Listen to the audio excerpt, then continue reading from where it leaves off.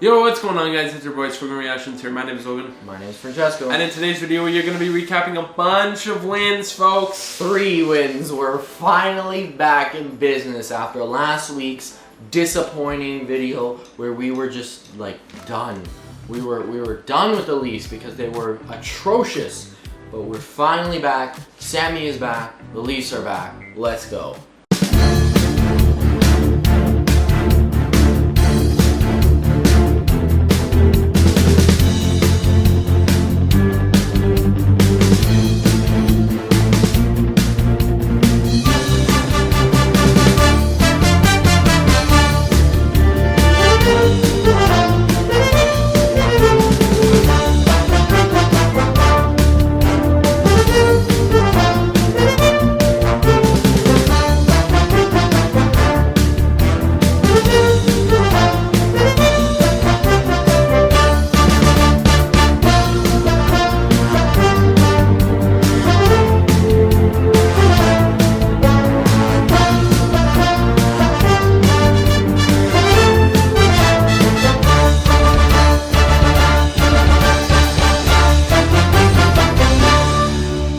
So, Samsonov in this game drawing in after a horrendous start from him and after being a minor league stint there. So he took a little time off to get his head straight, and boy, did it make a difference. First game back, here it goes. Austin Matthews, 38th goal of the year for him. Marner picking up the assist.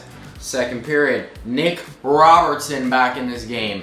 That's how you show Keefe you mean business. Yes. 7 goals on the year. Max Domi, Tyler Bertuzzi picking up assists. And then unfortunately, Jordan Eberle scores 7th of the season. McCann and Tatar picking up assists.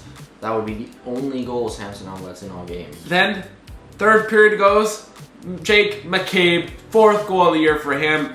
Unassisted, empty netter, putting it down. 3-1. And a 3-1 victory for Ilya Samsonov. Ilya Samsonov gets the belt to good old Austin Matthews, I think. Yeah, and then he gives it right back. No, buddy, no. You, this is your belt, buddy. So, actually, no, I think he was given the belt, and then the next game he did that. But anyways, the stats were 26 shots on goal for the Leafs, 17 for the Kraken. Both teams went 0 for 2 on the power play. That is his storyline that's been for a while, is that we went, I think, 1 for 20 in our last like 10 games or something. Atrocious power play. 15 hits for the Kraken, 10 for the Leafs, 16 blocks for the Kraken, 18 for the Leafs. Record improves, 23, 14, and 8. With a win in Seattle, cleaning up the road trip 2-2 on that Sunday night. Heading into Wednesday. First period, no goal. Second period, no goal. Third period, no goal. Holy crap. Ilya Samsonov on his head, robbing people. It wasn't even Hellebuck in net. It was Lauren Brossoit. What? But it was a goalie matchup, baby. Just big old Ilya Samsonov saving the game, just making pad saves. He made, I think, the best save I've seen all season by our team, maybe by any team that matter. 2-on-0. What? What? It was a 2-on-0 pass. First of all, sorry, what the hell, power play? This is short-handed 2-on-0, and they just let it happen. Okay. They go the other way. Save! A sliding save by Ilya Samsonov, but oh no! It's deflected right to him, right to the Winnipeg's forward. He passes it back the other way. Ilya Samsonov slides the other way. No goal! That's how we do it! Back and forth. It was boom, boom, boom, and then he first shot it, and then the rebound came to the other guy, shot it. It was like, oh, okay, wow. Then Austin Matthews, the choo-choo train, 39 goal of the year for him. Our shutout streak was on the line here. We haven't been shut out since November of 2021. This is 208 or 209 games, including the playoffs, or 190 not including the playoffs, without being shut out. So we know how to score. We usually know how to score, but the shutout streak was on the line here. It was a minute away from shootout. If it went to shootout, we would have been done. It would have considered a shutout because the shootout goals don't count. But Austin Matthews scoring 39th goal of the year for him, Morgan Riley, and Nick Robertson keeping it in the zone. Beautiful setup play. Riley down low, pass it to Matthews where he just tapped it home in front of the crease. The Winnipeg Jets players didn't even know he was there. you gotta smarten up. And Jesse Pollock, take the L. Thank you very much. Ilya Samsonov says, Matthews, you get the belt. Matthews goes, no. Ilya Samsonov gets the belt back-to-back games because he's a man. He's the myth, the legend. He is a legend among Maple Leafs. And guess what? Ilya Samsonov is back, fellas. Oh, yes. Let's go. Playing them better than It's going to be sad that we're going to have to pay this man after the season. But anyway. 32 shots on goal for the Jets, 30 for the Leafs, 0 for 2 in the power play for the Jets, and 0 for 5 for the Leafs. What the hell? 21 hits for the Jets, 20 for the Leafs, 10 blocks for the Jets, 19 for the Leafs. Record improves to 24, 14, and 8 with a 1-0 win. Heading into the second half of the home-to-home in Winnipeg. And this game had some storylines in it. Some interesting things happened here. Now, Jesse Pollock was very upset about this one. But too bad, our Leaf fans took over this building. The Leaf chants were non-stop. I hear chants louder than Scotiabank goalie Sco chants, and I couldn't believe it. Dylan Sandberg picking up the goal there. 1-0 Winnipeg. His first goal. Reeves coming back into this game after being scratched, healthy scratch for the last couple of weeks, and boy, does he make a statement. He doesn't disappoint because Ryan Reeves from the point, good tipping, baby. Gregor just decided to shoot it. Laid it on, and beautiful tip by Ryan Reeves. Just there and there beats Boom. Mr. Old Connor Hallebuck. Yeah. To a 1-1 tie. So then we go through the second period, no goals. Then we get to the third period, and finally he breaks the slump. John Tavares, 13th of the season on the friggin' power play, finally. And Keith said, we're rolling with these units one last time, and if it doesn't work, they're gonna make some interesting changes. But for some reason, it actually decided to click tonight. Morgan Riley and Marner picking up the assist. But it would not stop there. But so then we get a 5-on-3. Okay, we get a 5-on-3. They're set up. We got Matthews and Nylander, I believe, on the point, and then we got Marner down low. Or no, and then I think we had Matthews and Riley on the point, Marner down low, Nylander down low, Tavares at the net, and Nylander had a nice pass to Tavares. Tavares missed on it. Then it came to Marner. Marner sauced it to Matthews. Matthews blast from the point. 40th of the season and number 600 career points. Congrats, Matthews. Fastest Leaf Leaf in Leafs history. Don't you like being a Leaf? You make history, buddy. The Matthews-Marner era is truly the greatest era because guess what? They have now broken the record for fastest Leafs to reach 600 points. It was Marner a few weeks ago, and now it's Matthews breaking his record in 527 games, I believe. And it was his 40th of the season, first player to score 40 this year, and fastest Leaf to hit 40 goals, I think, in a season, I believe. I don't remember for sure. He also has it 7 consecutive seasons, which is almost most. Not yet, but almost. We're hoping another 60-goal season for Mr. Old Austin Matthews. Oh, I'm ready for 70. Bring it on, baby. Marner Riley picking up assists. And then, what a way to end it off for Simone Benoit picking up the empty netter. What a guy.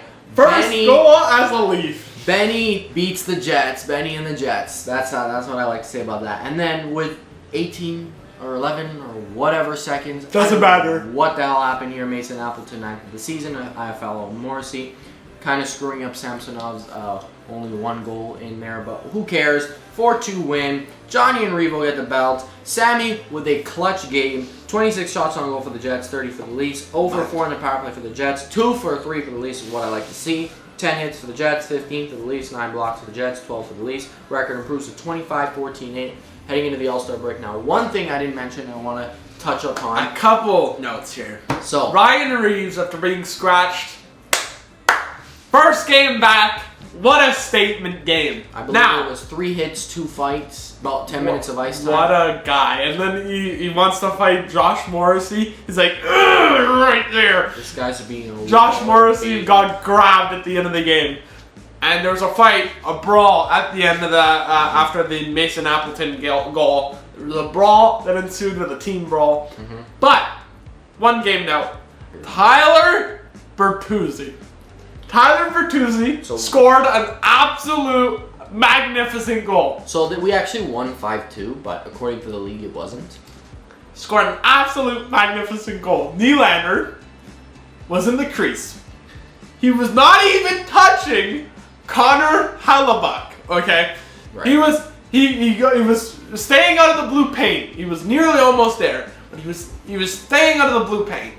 And doesn't somebody, Dylan DeMello, come from behind, pushes Nylander right in the net, pushes him some more, and Nylander falls on top of Connor Hellebuyck. But then he regains his balance. But he regains his balance. Connor Hellebuyck has enough time to recoup himself and make the save.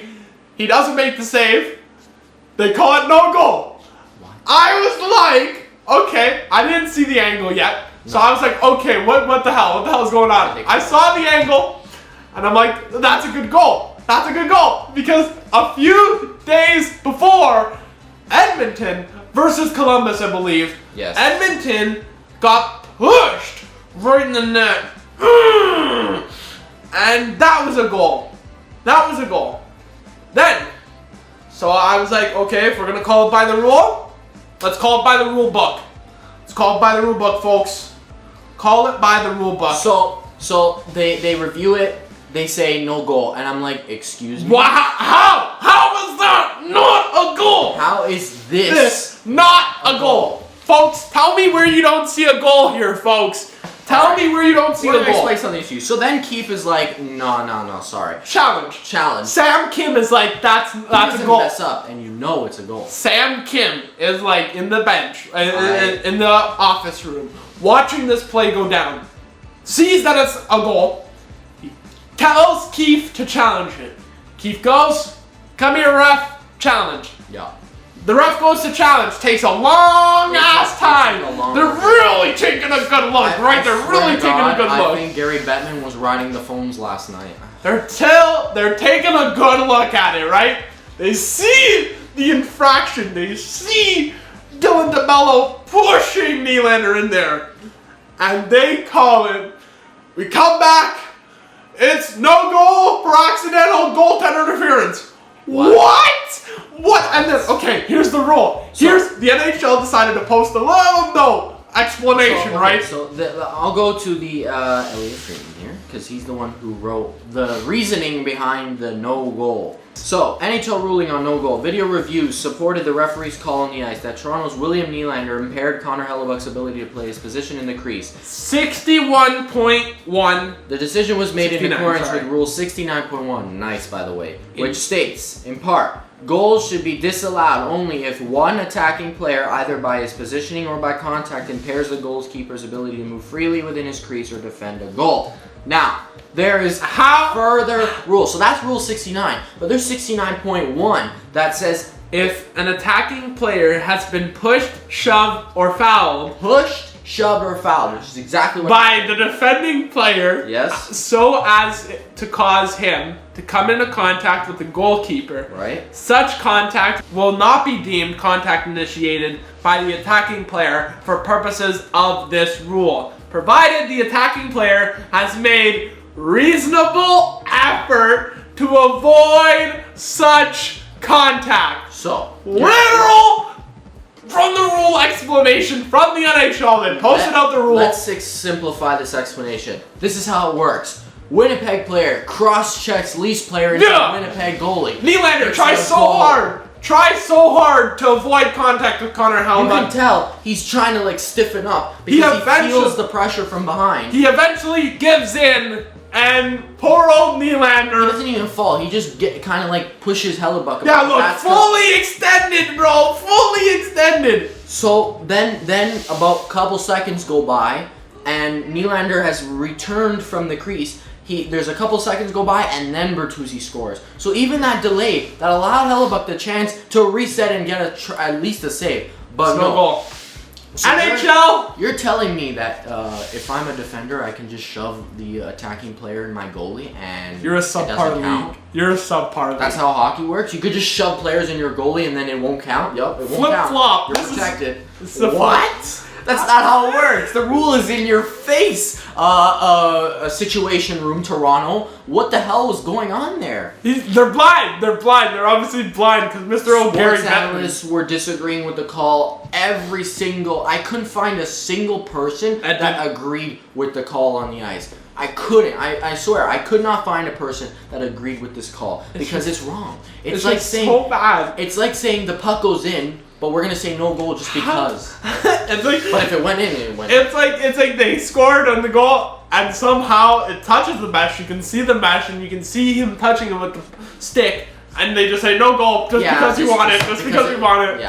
No goal. So that's basically what happened here. Because they want to say no goal, they said no goal. I bet you Gary Bettman was on the phone and saying, yeah, guys, you're not going to call this. We still won 4-2. So screw you. Screw you. And I don't understand this league. It's not consistent at all. Because this exact thing happened like 4 days ago in Edmonton. How is this not a goal? How? It happened in Edmonton 4 days ago, where a Columbus player pushed Hyman into Merzlikins. Merzlikins fell, and they scored. And guess what? The referee said goal because the defender pushed the attacker in the net. And they went to review. That's the rule. It's goal. They went to review, and they confirmed it was a goal. The best part is that the way Hyman fell into Merzlikins was actually more exaggerated. Hyman full on fell, and Merzlikins went backwards, and he was completely immobile to make a save. In this situation, Nylander fell forward, but he didn't actually fall off his skates. He was still on standing straight, and he pulled back, and then Hellebuck gave Hellebuck a chance to make the save. And this is no goal. So I believe if he pretended he got shot by Dylan DeMello, just laid on top of Connor Hellebuck, that would have been deemed a goal. So because Nylander didn't pretend he got shot by Dylan DeMello by the cross-check and acted like a man, it didn't count. And I love Lise Poppy's, if you don't follow him on Instagram, I love what he said here. I hate saying the C word, but this is crazy. Screenshot is directly from the NHL rulebook. Looking past the contact, Hellebuck had enough time to get his driver's license, drive to Canadian Tire, buy a shovel, and shovel his driveway before the shot came. I'm talking winter storm 30 centimeters. What in the hell is this league? I don't know. I'm done with this. We still won the game. I don't know why I'm complaining. I'm just saying that this is a blatant missed call and the wrong outcome for this call. It was a goal for Tyler Bertuzzi, and it's disappointing because he hasn't scored in a while. So it would have been nice for him to get his confidence back. And that would have been a dad move. He's a dad. He's a dad. It would have been an old dad move. Screw you. So this week we have no games. We're off for a week. Leafs are off until next Sunday, which I believe is February 4th. And that's when their first practice is the day before our first game back after the All-Star break. So they have a full week off except for the 4 guys going to the All-Stars: Matthews, Marner, Nylander, and Riley. And the games that will come after the All-Stars are the Islanders at home versus Toronto at Scotiabank on Monday. And then on Wednesday, we're at home versus Dallas at 7 p.m. And Saturday, Hockey Night in Canada at Canadian Tire Center in Ottawa. So that'll be that week. It's not too complicated. Then we got St. Louis, Philadelphia, Anaheim. This is the time to start racking up points and get back in the mix. We are in 4th place, but we have 3 games in hand and 1 point down behind Tampa. So we can easily come back from this and get back in 3rd and maybe even chase 2nd. But I don't really know if it matters at this point, home ice advantage, because we won 3 away games in the playoffs last year. St. Louis and then Arizona. And then Vegas, Colorado, Vegas, Arizona. So you want to win the first half of February. There's so many opportunities to gain some points here. I really hope they do so. That's been today's video. Don't forget to like, comment, subscribe, hit that notification bell. Next week, we will not be doing an FLR because there will be nothing to recap. But anyways, that's been it. And we'll catch you after the All-Stars. Peace.